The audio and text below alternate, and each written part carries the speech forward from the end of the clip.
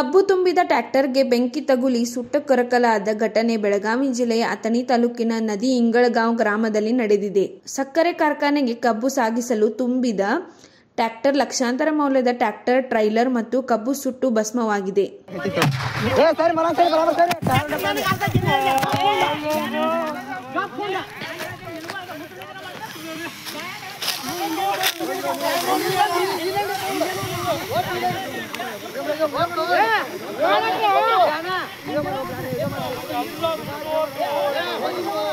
ಹೊಲದಲ್ಲಿ ಕಬ್ಬು ಭರಿಸುವಾಗ ಆಕಸ್ಮಿಕವಾಗಿ ತಗುಲಿದ ಕಬ್ಬು ಬೆಂಕಿ ಅವಘಡದಿಂದ ಅಂದಾಜು 6 ಲಕ್ಷ ಮೌಲ್ಯದ ನಷ್ಟ. ಬೆಳಗಾವಿ ಜಿಲ್ಲೆಯ ಅಥಣಿ ಪೊಲೀಸ್ ಠಾಣೆ ವ್ಯಾಪ್ತಿ ಘಟನೆ ನಡೆದಿದೆ.